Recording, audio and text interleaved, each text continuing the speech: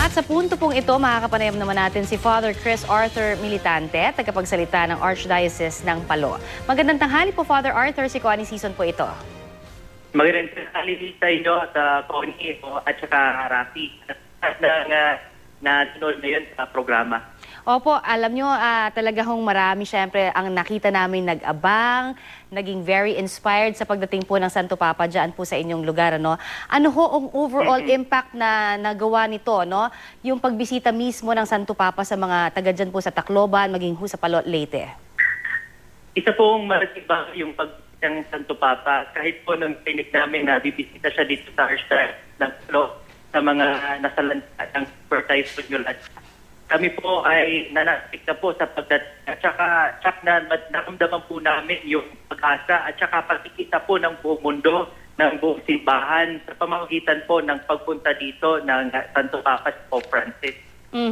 Siyempre kami ho curious lamang din dahil sa nakita ho natin na ibahagi rin ho sa atin ni Cardinal Tagle yung naramdaman ng Santo Papa nang siya ho ay of course nakasalamuha yung mga taga Tacloban, yung mga naging biktima ho ng Yolanda mismo, yung mga pamilya na kahit sandali lamang. At nabanggit niya nga na yung nakita daw niya parang naiiyak, na nakatahimik lamang at yan ho yung nakita nilang nararamdaman ng Santo Papa. What about, sir, yung Father, yung mga nandoon po mismong nakasalamuha, kamusta na ho sila? Are they now more inspired, lalong-lalo na doon sa ipinakita pong pagpapahalaga ng Santo Papa sa kanila?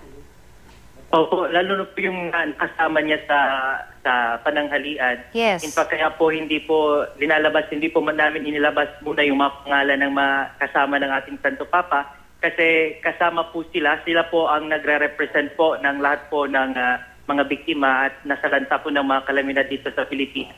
Nakita po natin yung pananghalian. Masaya po ang atmosphere sa loob ng dining hall.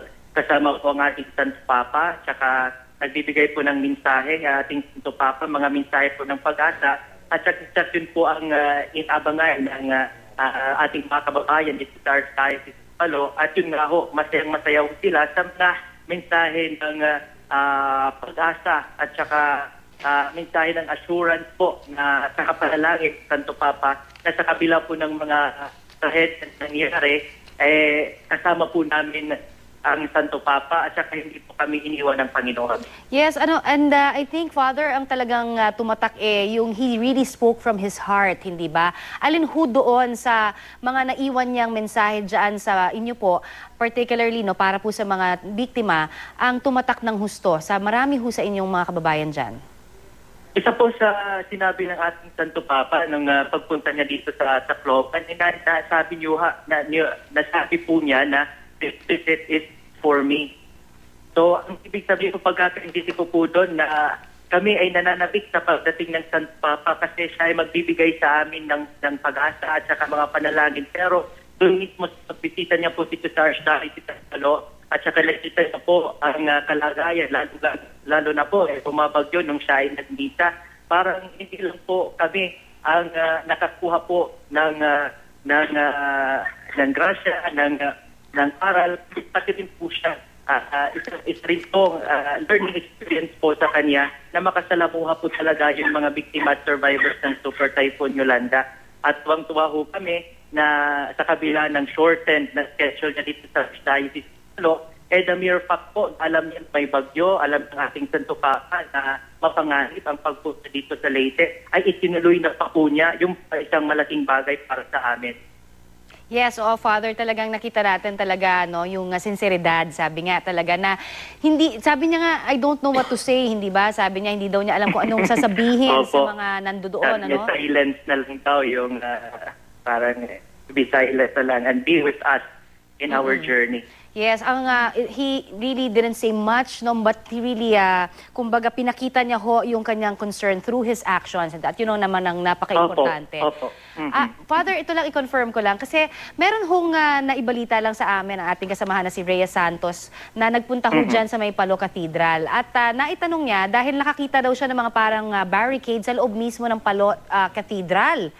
pero ang sabi, hindi daw yun para sa mga tao, kundi para daw sa ating Santo Papa dahil iniiwasan syempre pa nung ating mga Vatican guards na kung saan-saan pa mapunta ang ating Santo Papa being the kind of Pope that he is, he's really full of surprises. Tama ho ba yun, Father? Tama ba na may mga barricade po mismo sa loob ng cathedral para ho sa Santo Papa?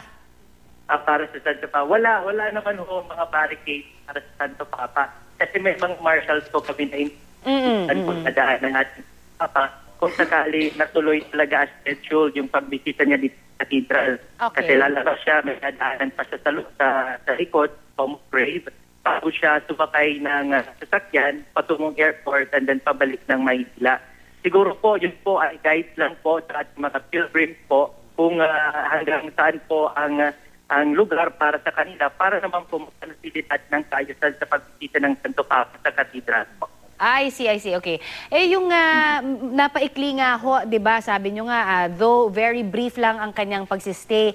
Father, mabuti ho siguro manggaling na rin mismo sa inyo po yung kumbaga yung impact, sabi nyo nga kanina, talagang magandang inspirasyon ang kanyang ipinakita. Ano ho ang personal ninyong mensahe kaugnay naman sa pagbisita ni Santo Papa? At ano ho ang mungkahin nyo sa lahat ng Pilipinong Katoliko?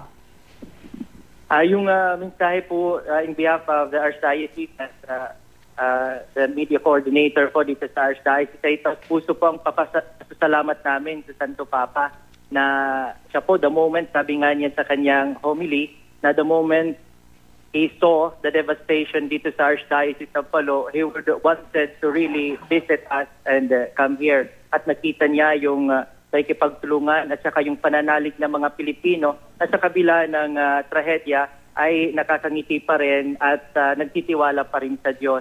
At saka sa lahat naman po ng ating mga kababayan, lalong-lalo na dito sa Archdiocese of Palo, nawa ay hindi po yung excitement na nadarama natin before dumating ang Santo Papa at saka pananabik ay hindi po natapos nung siya ay umalis. Kung di kahit wala na po siya, bumalik na po siya ng Roma, ay we will still reap the fruits of his visit. Yun po ay ang pagsasabuhay po sa buhay na gusto ng ating Panginoon na ating sundin sa ating buhay. Mahirap, lalo na ngayon na nasa modern times tayo, maraming mga temptation, pero may mga tao na nagsisikap na gawin iyon. Isa na nga po doon sa halimbawa ay si Pope Francis po. Nawa po ay sa pamamagitan po ng kanyang pagbisita dito, ang pagpapakita in a concrete manner, the mercy and compassion of God and the generosity of God. Kami po dito sa Archdiocese of Palo nakatanggap ng maraming biyaya galing sa iba't ibang sulok ng mundo at ng simbahan. Nawa ay matuto din kami magbigay ng sarili namin, lalong-lalo na po sa mga mahihirap at nangangailangan. Alright, maraming salamat po, Father, sa inyo pong oras na ibinigay sa amin. Okay, maraming salamat din. Father Chris Arthur Militante, tagapagsalita po ng Archdiocese ng Palo.